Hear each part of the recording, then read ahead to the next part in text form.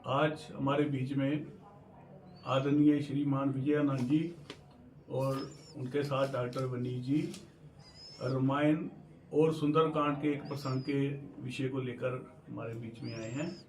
हम उनका बहुत बहुत स्वागत करते हैं। श्रीमान विजयानंद जी, आज जो पूरे देश भर में एक प्रसंग चल रहा है,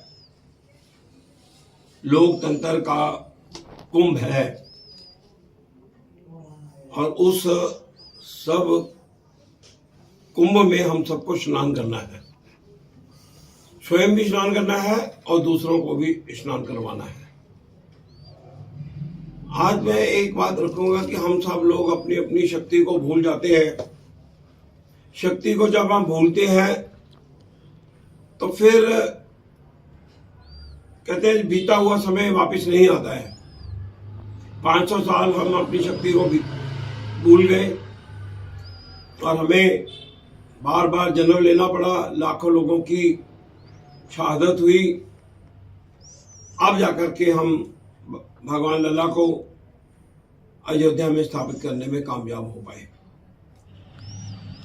हमको उस प्रसंग को हमेशा याद रखना है कि एक बार जब शक्ति जागृत करवा दी जाती है तो हमको उसको शक्ति को भूलना नहीं चाहिए। शक्ति कैसी थी, कहां पर थी? अगर हम सुंदरकांड पाठ का प्रारंभ करते हैं तो हनुमान जी और उनकी दल जो कि माता सीता की खोज में लगा हुआ था, समुद्र तट पर पहुंचते हैं, मायूस हो जाते हैं। दूर दूर तक जल ही जल है।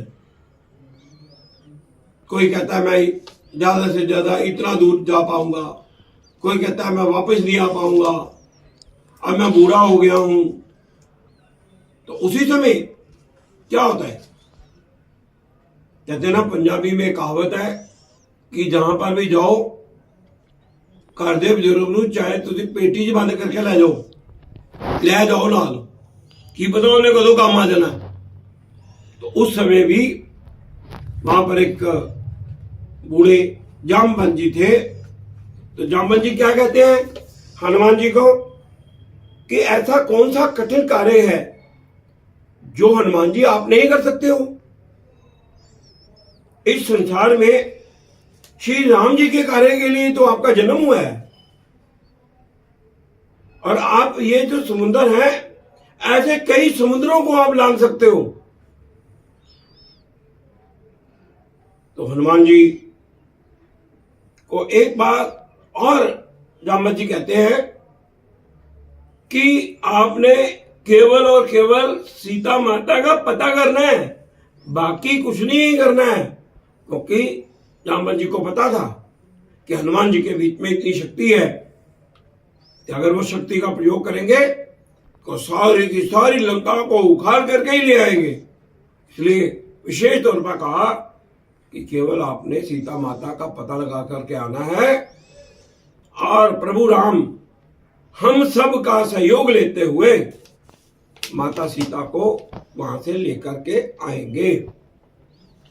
जब ऐसे वचन सुनते हैं, ये जामवंत जी ने क्या कहा, जामवन के वचन सुहाए सुने हनुमत हृदयवती अति भाए। बहुत भाते हैं हनुमान जी को ये वचन, बहुत भाते हैं, अच्छे लगते हैं। और क्या कहते हैं, मुझे बहुत हर्ष हो रहा है, राम कार्य होकर के रहेगा।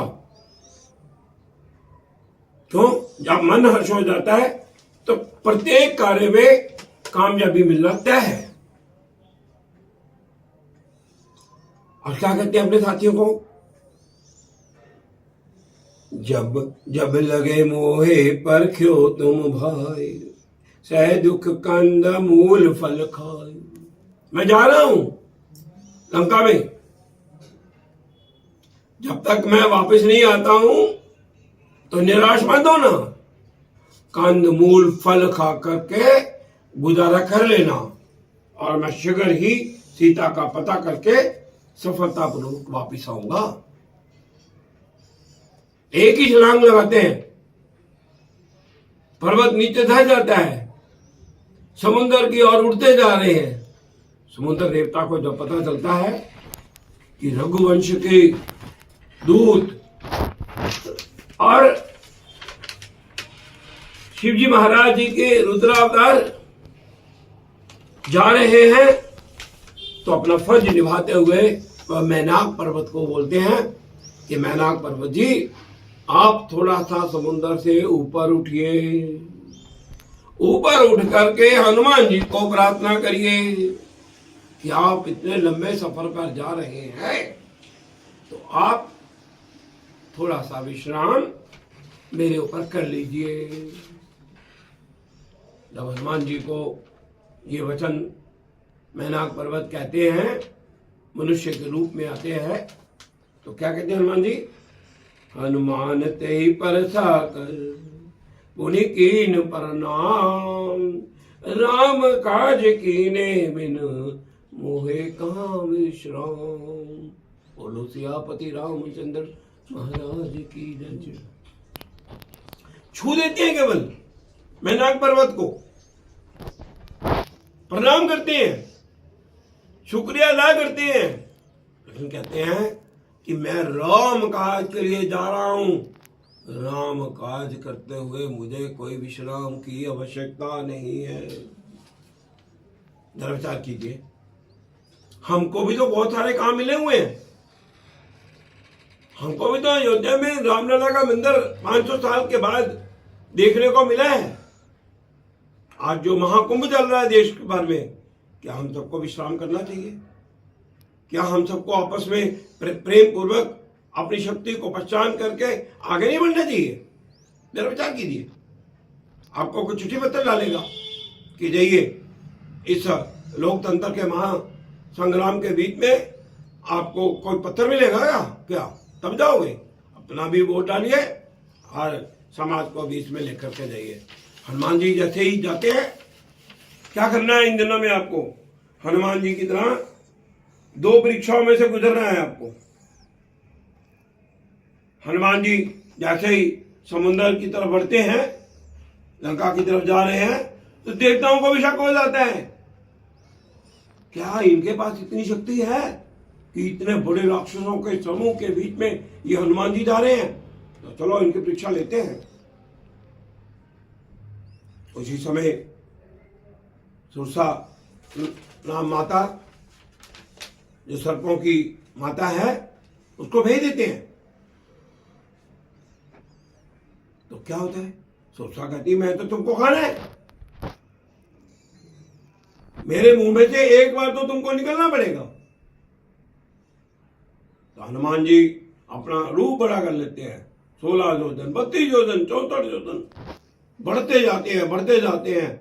सुरसा भी अपना मुख बढ़ाते जाती है। तो क्या होता है? एकदम हनुमान जी छोटा रूप धारण करते हैं। ये बुद्धि का प्रयोग किया उन्होंने। एकदम सुरसा के मुंह में जाकर के वापस आ जाते हैं, प्रणाम करते हैं माता को। क्या कहती है सुरसा माता? मैंने तुम्हारी परीक्षा ले ली है, तुम बल के बुद्धि के जो बुद्धि है तुम्हारे पास वो बहुत है, मैंने तुम्हारी परीक्षा लिया, अब तुम सफल होकर के आना। समुद्र के बीच में आपको पता है बहुत सारे जीव होते हैं, एक राक्षसी भी रहती है। ऊपर समुद्र से में उड़ रहे जो भी प्राणी होते हैं, उनकी परछाई को पकड़ लेती थी, परछाई को पकड़ करके खींच करके अपने मुंह में डाल लेती थी। हनुमान जी के साथ भी वो वैसे ही करती है, पकड़ लेती है, लेकिन हनुमान जी है, उसकी पकड़ में नहीं आते हैं। उसको मार करके और वो आगे बढ़ते हैं और इस तरीके से वो अपना बुद्धि का भी परिचय देते हैं, बल का भी परिचय देते हैं। अब जरा अपना अंदाजा लगाइए। आप जब अच्छे कार्य के लिए समाज में निकलेंगे, घर से निकलेंगे, तो आपकी भी परीक्षा प्रभु लेते हैं। आपके घर में कोई बीमार हो जाएगा, आप बीमार हो जाओगे, बहुत सारे गलत लोग आपको मिलेंगे, लेकिन क्या आप सबको उन गलत लोगों की बात सुननी है? नहीं सुननी है। भगवान परीक्षा ले रहे हैं कि इसके बाद मैंने विवेक दिया है कि मुझे किस काम के लिए आगे बढ़ रहा हूं। थोड़ी सी विपत्ति आई है तो हम क्या छोड़ देंगे काम को? तो आगे बढ़ना है। हम बीमार हो गए हैं, नहीं अब तो भाई आप बीमार हैं, आज लू चल रही है, आज बहुत गर्मी है, बड़ा टेम्परेचर बढ़ गया है, नहीं आज हम स्नान करने के लिए लोकतंत्र के इस महाकुंभ के बीच में हम स्नान करने नहीं जाएंगे। कितना भारी नुकसान होगा, आपका भी होगा, देश का भी नुकसान होगा। विचार करिए। तो उसको बीच में अभी कुछ दिन के बीच में आपने जो हनुमान जी ने परीक्षा दी है, वो परीक्षाओं में से आपको भी गुजरना है। और क्या करना है आपको भी, खास तौर पे, विशेष तौर पर आपने अपनी बल को भी बढ़ाना है, बुद्धि को भी बढ़ाना है। सुबह जल्दी उठिए, सुबह उठ करके क्या करना, योग करिए, व्यायाम करिए, सूर्य नमस्कार करो, और जो लाठी होती है ना, लाठी, उसके प्रहार करिए, शरीर खुल जाएगा, पसीना निकलेगा। जितना अधिक पसीना निकलेगा शरीर ठीक हो जाएगा, आप भी हनुमान जी की तरह बल के निधान हो जाओगे। अच्छी अच्छी पुस्तकें पढ़िए, रामायण अभी आपने नवरात्रों में पढ़ी होगी, हनुमान चालीसा पढ़िए, सुंदरकांड का पाठ करिए, आपको भी बुद्धि भी आ जाएगी। जब आप बल और बुद्धि के निदान हो जाएंगे तो आप भी एक इस राष्ट्र के अच्छे भारत माता के सपूत बन जाओगे। भारत माता के सपूत हैं तो हमको अपना जन्म हमारा सफल हो जाएगा। इस जन्म को सफल करना है तो हमने भारत माता की सेवा करनी ही करनी है। कोई बीमार व्यक्ति नहीं कर सकता, अनपढ़ जो अपनी अनपढ़ का मतलब मैं ये कहता हूं कि जो अपने ग्रंथों का जानकार नहीं है, जो अपनी संस्कृति का जानकार नहीं है, 2 दूनी 4 नहीं भी होगा तो ठीक है। बड़े बड़े योद्धा हुए जो जिनको कोई आता ही नहीं था पहले।